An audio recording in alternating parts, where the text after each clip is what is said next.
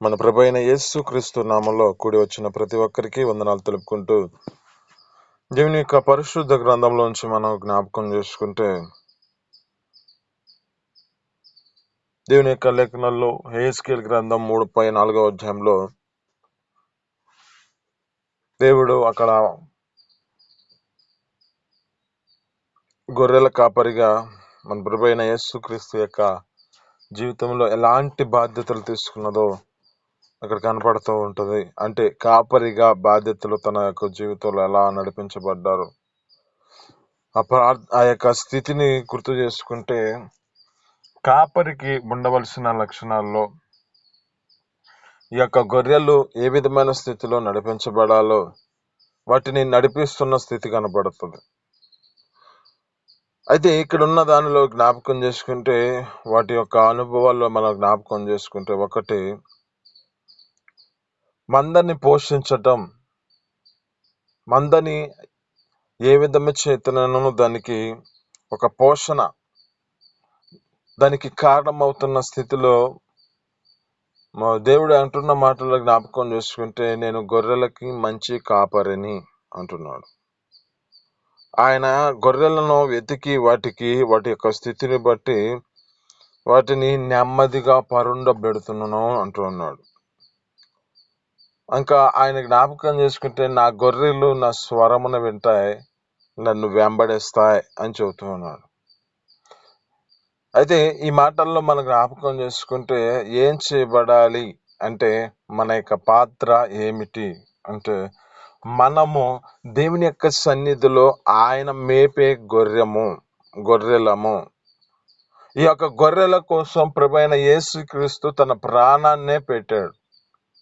ఈ గొర్రెల కోసం తన యొక్క జీవితంలో తన యొక్క రక్తాన్నే ఇచ్చాడు. ఈ గొర్రెల కోసం తన యొక్క జీవితంలో తన యొక్క త్యాగం చేసిన పరిస్థితి.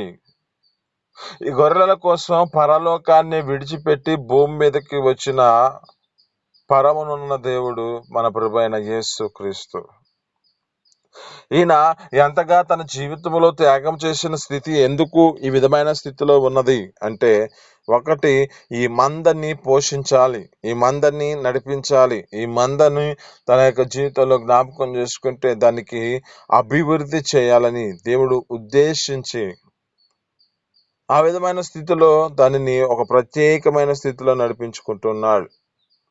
ఇక్కడ మనం జ్ఞాపకం చేసుకుంటే, ఈ యొక్క స్వార్థము వీడి మందను పోషించడం, నిజమైన కాపరి తన యొక్క గురించి తాను ఆలోచించుకోడు కానీ తన యొక్క జీవితంలో ఏ పరిస్థితి వచ్చినా ఆ గొర్రెలను మేపేటప్పుడు తను తన యొక్క జీవితంలో తినేది ఆలోచించడు కానీ వాటి గొర్రెలకి ఏం పెట్టాలి, వాటికి ఏం తాపాలి, వాటికి ఏది వాటి జీవితాల్లో పెడితే బలంగా తయారవుతాయి అని చెప్పి వాటిని బాధ్యత వహించేవాడిగా ఉంటాడు కాపరి.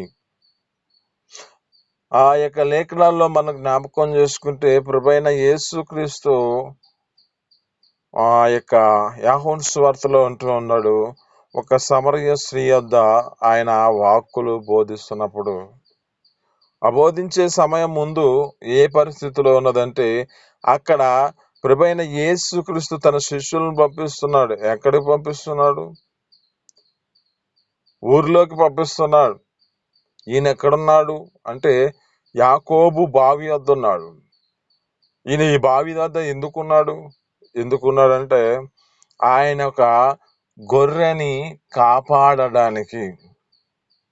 ఒక సమరయ స్త్రీని తన జీవితంలో ఏ పరిస్థితిలో నడిపించబడిందో, తన జీవితం అంతా దేవునికి వ్యతిరేకమైన స్థితిలో నడిపించబడుతున్నవారు. అక్కడైతే జ్ఞాపకం చేసుకుంటే ఆమె ఏమంటుంది అంటే, మంచినీళ్ళు అడిగినప్పుడు, అమ్మా అయ్యా, యూదులకి సమరయులకి సాంగత్యం లేదు అంటుంది.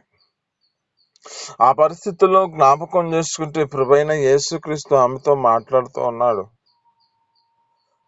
అమ్మా, నీ జీవితంలో నీకు ఎంతమంది భార్య, యొక్క వ్యక్తి నీ యొక్క పెనిమిటి లేడని చెబితే, నాకు పెనిమిటి లేడని చెబుతున్నప్పుడు ఆమె యొక్క జీవితాన్ని గుర్తు చేస్తున్నాడు ప్రభువైన యేసుక్రీస్తు.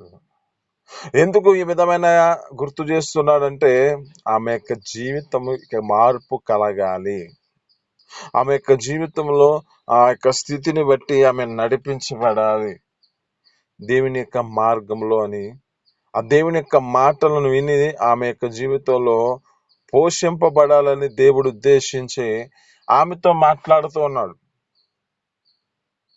ఇక్కడ శిష్యులనేమో ఆహారం తీసుకురాలని పంపించాడు.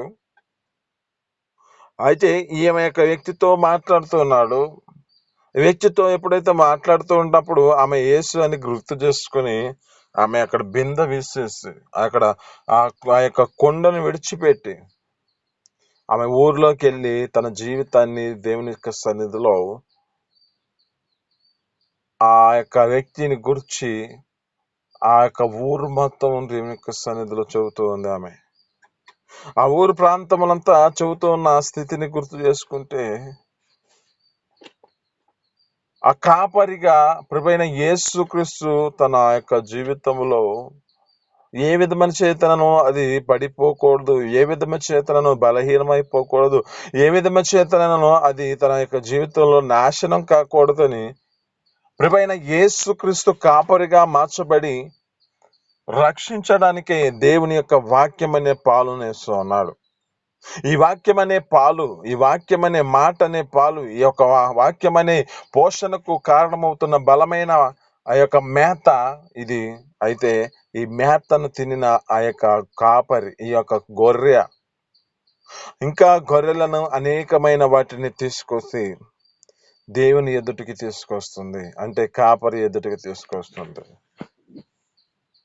ఇక్కడున్న స్థితిని గుర్తు చేసుకుంటే ఆ యొక్క శిష్యులు వచ్చి ఆ యొక్క ఆహారం తీసుకొచ్చినప్పుడు ఏమంటున్నాడంటే ఆయన చెబుతున్నాడు. ఏమని చెప్పాడంటే ఒక వ్యక్తి నాకు ఆహారము ఇవ్వబడింది, ఆహారం నేను తిన్నాను అని చెప్తున్నాను. ఏం ఆహారం అంటే ఆయన యొక్క గొర్రెలను మేపటమే తన యొక్క జీవితంలో ఆహారం. ఆయన యొక్క స్వార్థను ప్రకటించటే ఆయనకి ఆహారము. ఆయన యొక్క పరిస్థితిని జ్ఞాపకం చేసుకుంటే కృంగిన వారిని లేవనెత్తుట, రోగములో ఉన్న వారిని స్వస్థపరచుట, ఏ పరిస్థితిలో ఉన్న వారి యొక్క జీవితాల్లో విడుదల కలుగు చేయటమే ఆయన యొక్క జీవితంలో ఆహారమై ఉందంట. ఇదేమో మనతో మాట్లాడుతున్న మాటలు ఏమిటంటే మనల్ని పోషించగలిగిన దేవుడు మన ప్రభువైన యేసుక్రీస్తు మందని పోషించడానికి తన యొక్క జీవితంలో ఎలాంటి స్వార్థం లేదు.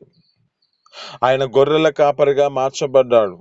ఆయన గొర్రెల కాపరిగా మార్చబడి ప్రభువైన యేసుక్రీస్తు ఆ గొర్రెలను మేపుతున్న స్థితిని బట్టి జ్ఞాపకం చేసుకుంటే అనేకమైన అద్భుత ఆశ్చర్యకార్యాలు జరిగిస్తూ దేవుడు మన కోసం ఎంతగానో మన యొక్క జీవితాలు పోషింపబడాలని, బలహీనమైన స్థితిలో ఉండకూడదని ఆయన ఉద్దేశించి మన కొరకు తన యొక్క ప్రాణాన్ని ఇచ్చి తన జీవితంలో ఒక దోషిగా నిలబడిన పరిస్థితి.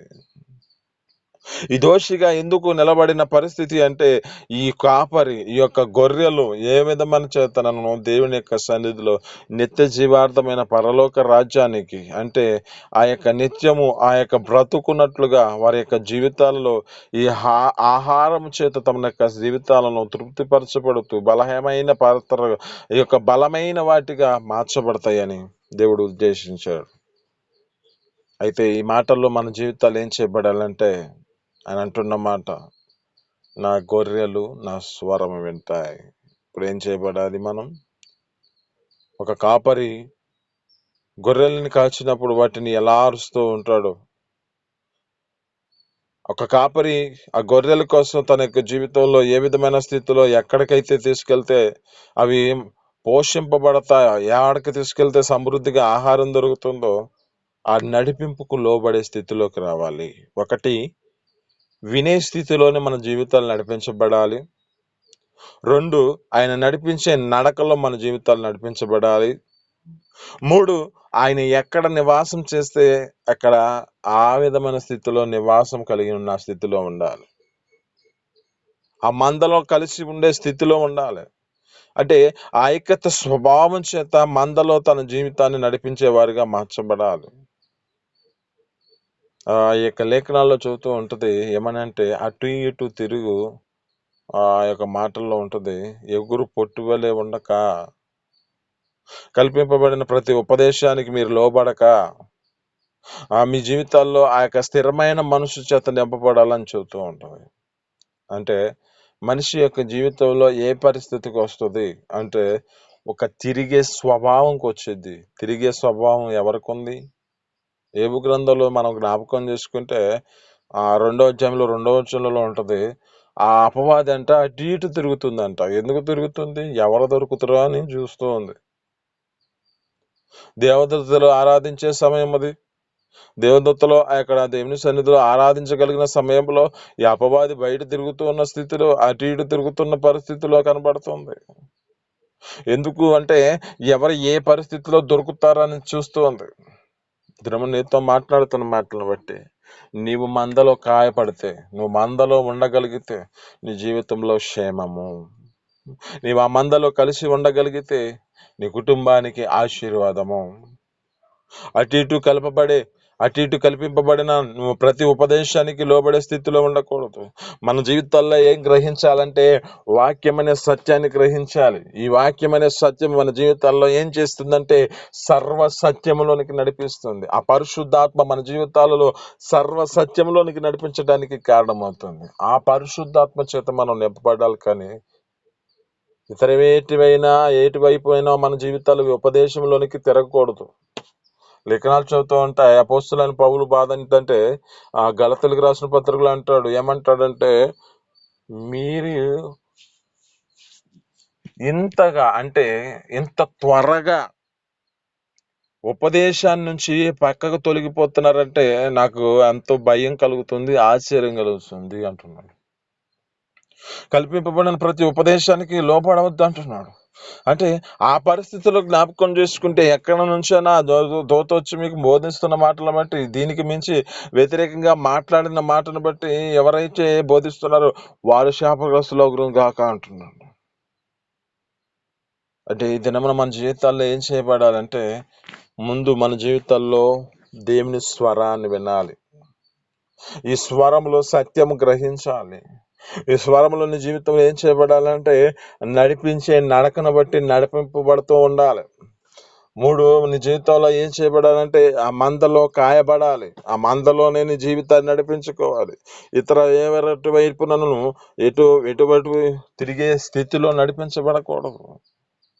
ఒకే ఉపదేశానికి ఒకే మార్గంలో మన జీవితాలు నడిపించబడాలి. ఎందుకంటే ఆయన అంటున్నాడు కదా, నేనే మార్గం, నేనే సత్యం, నేనే జీవం, నా ద్వారా తప్ప తండ్రి వద్దకు ఎవరు చేరలేరు అంటున్నాడు. అంటే మనము ఏ విధమైన స్థితిలో నడిపించబడాలంటే, ఆయన స్వరమును వినేవారిగా, ఆయన సన్నిధిలో ఆయన చూపించిన మార్గములో నడిపించబడేవారిగా, ఆయన ఎక్కడైతే నివాసం కలిగి ఉంటున్నాడో, ఎక్కడైతే వాటిని మందని నివాసం చేత నింపుతున్నాడో ఆ ప్రదేశంలో ఉండే విధంగా మన యొక్క హృదయాలు లోబడే స్థితిలోనికి రావాలి.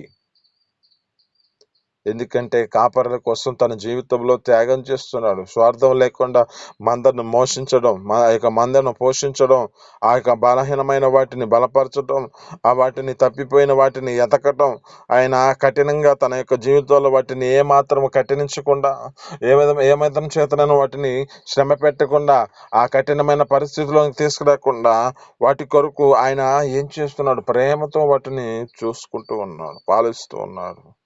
మందరిని రక్షించే విధంగా మార్చబడ్డారు. క్రూరమైన మృగము వలె ఆ పరిస్థితిలో ఉండకుండా, ఆ మృగాల నుంచి ఆ విధమైన స్థితిలో నడిపించడానికి, రక్షించడానికి ఆయన తన జీవితంలో తన ప్రాణాన్ని పెట్టే విధంగా మార్చబడ్డాడే. ఇది నీతో మాట్లాడుతున్న మాటలు బట్టి ప్రభువైన యేసుక్రీస్తు ఎలా మార్చబడ్డాడో మనకు కనపడుతుంది. 1 పేతురుకు రాసిన పత్రికలో 2వ అధ్యాయంలో 22వ వచనం కానుంచి చదువుకుంటా ఉంటే, అక్కడ చివరి వచనాల దాకా ఆయన అంటున్న మాటలను జ్ఞాపకం చేసుకుంటే, మన కొరకు తన ప్రాణాన్ని పెట్టాడు కదా. ఆయన జీవితంలో ఎంతగా బాధపడిన స్థితి, ఎంతగా తన జీవితంలో వేదనకరమైన పరిస్థితి, తీర్పు తీర్చి దేవునికి తనను తాను అప్పగించుకున్న పరిస్థితి, తన జీవితంలో ఏ విధమైన పరిస్థితికి వచ్చింది.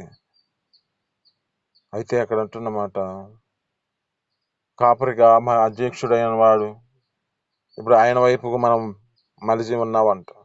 మనల్ని చూసి ఆయన త్రోవ తప్పిన గొర్రెల వల్ల మన జీవితాలు నడిపించబడుతున్న స్థితిలో మన ప్రభువైన యేసుక్రీస్తు మన కొరకు తన ప్రాణాన్ని పెట్టి ఇప్పుడు మనల్ని ఏం చేశాడంటే తన వైపుకు తిప్పుకున్నాడు. ఈ గొర్రెలుగా మన జీవితాలు తారి తప్పుతూ తిరుగుతున్న పరిస్థితిలో ఆ గొర్రెల కొరకు తన ప్రాణాన్ని పెట్టి తన జీవితంలో ఏ విధమైన స్థితిలో ఉంచాడంటే వాటిని సంరక్షించడానికే, వాటిని నీతిమంతులుగా చేయడానికై, వాటిని పరిశుద్ధపరచడానికై, వాటిని రక్షించడానికై, వాటి యొక్క జీవితంలో పోషించడానికై దేవుడే తన ప్రాణాన్ని పెట్టాడు కదా. ఒక కాపరిగా మన జీవితాల్లో ఆ కాపరి యొక్క ప్రాణము త్యాగం చేసిన స్థితిలోనికి వచ్చాడే. మరి గొర్రెలుగా మన జీవితాల్లో ఏం చేద్దాం? దేవుని యొక్క సన్నిధిలో ఆయన స్వరం నిందాం. ఆయన సన్నిధిలో ఆయన చూపించిన మార్గంలో నడుద్దాం. ఆయన సన్నిధిలో ఆయన మందలో మన జీవితాలను దాచిపుంచుకుందాం. అప్పుడు మన జీవితాల్లో క్షేమము, ఆశీర్వాదం, నెమ్మది, ఆదరణ, సంతోషంతో నింపబడుదుము గాక. ఈ మాటలు మీ వినికిడిలో దీవించి ఫలించును గాక. చిన్ని ప్రార్థన. పరిశుద్ధ జీవాధిపతి, ఆశ్చర్యకరుడ, మహోన్నతుడ, నీకు స్తోత్రాలు. మీ అపారమైన ప్రేమ చేత మీ సన్నిధిలో మాతో మాట్లాడిన మాటలు బట్టి నీ స్తోత్రాలు. ఎదురమైన తండ్రి, అయ్యా నీవు మంచి కాపరివైన తండ్రి, మా జీవితాలలో మమ్మల్ని పోషించడానికై మీ ప్రాణాన్ని పెట్టిన వారుగా మార్చబడ్డారు. అయ్యా మా జీవితాల్లో మీరు రక్షించడానికై మా యొక్క జీవితాలు అయ్యా మీరు తన ప్రాణం పెట్టిన స్థితిలో కనబడుతుంది. మేము త్రోవ తప్పిన దారి తప్పిన గొర్రెల వలె ఉన్నప్పుడు నా తండ్రి మా జీవితాల్లో మీరు కనికరించి నా తండ్రి వీటి కొరకు మీ యొక్క ప్రాణాన్ని పెట్టి నా తండ్రి మా జీవితాల్లో పరిశుద్ధపరచుటకై, నీతిమంతులుగా చేయటకై, నిత్య రాకడకు సిద్ధపాటు కలిగి ఉండటానికై మా జీవితాలు ఈ విధమైన స్థితిలోనికి తీసుకొచ్చిన దాన్ని బట్టి నీ స్తోత్రాలు. మా జీవితాలు నీ మందలో కాయించబడినట్లుగా, నీ మార్గంలో నడిపించబడేవారుగా, నీ మాటను విధేయతను చూపించేవారుగా మా జీవితాలు నడిపించుకొని నిత్య జీవ పరలోక రాజ్యానికి మేము వారసులుగా చేయబడినట్లుగా కృప చూపించి నీకు మహిమ తెచ్చుకోమని యేసు పరిశుద్ధ నామములో పొందుకొని జీవిస్తున్నాం తండ్రి. ఆమేన్.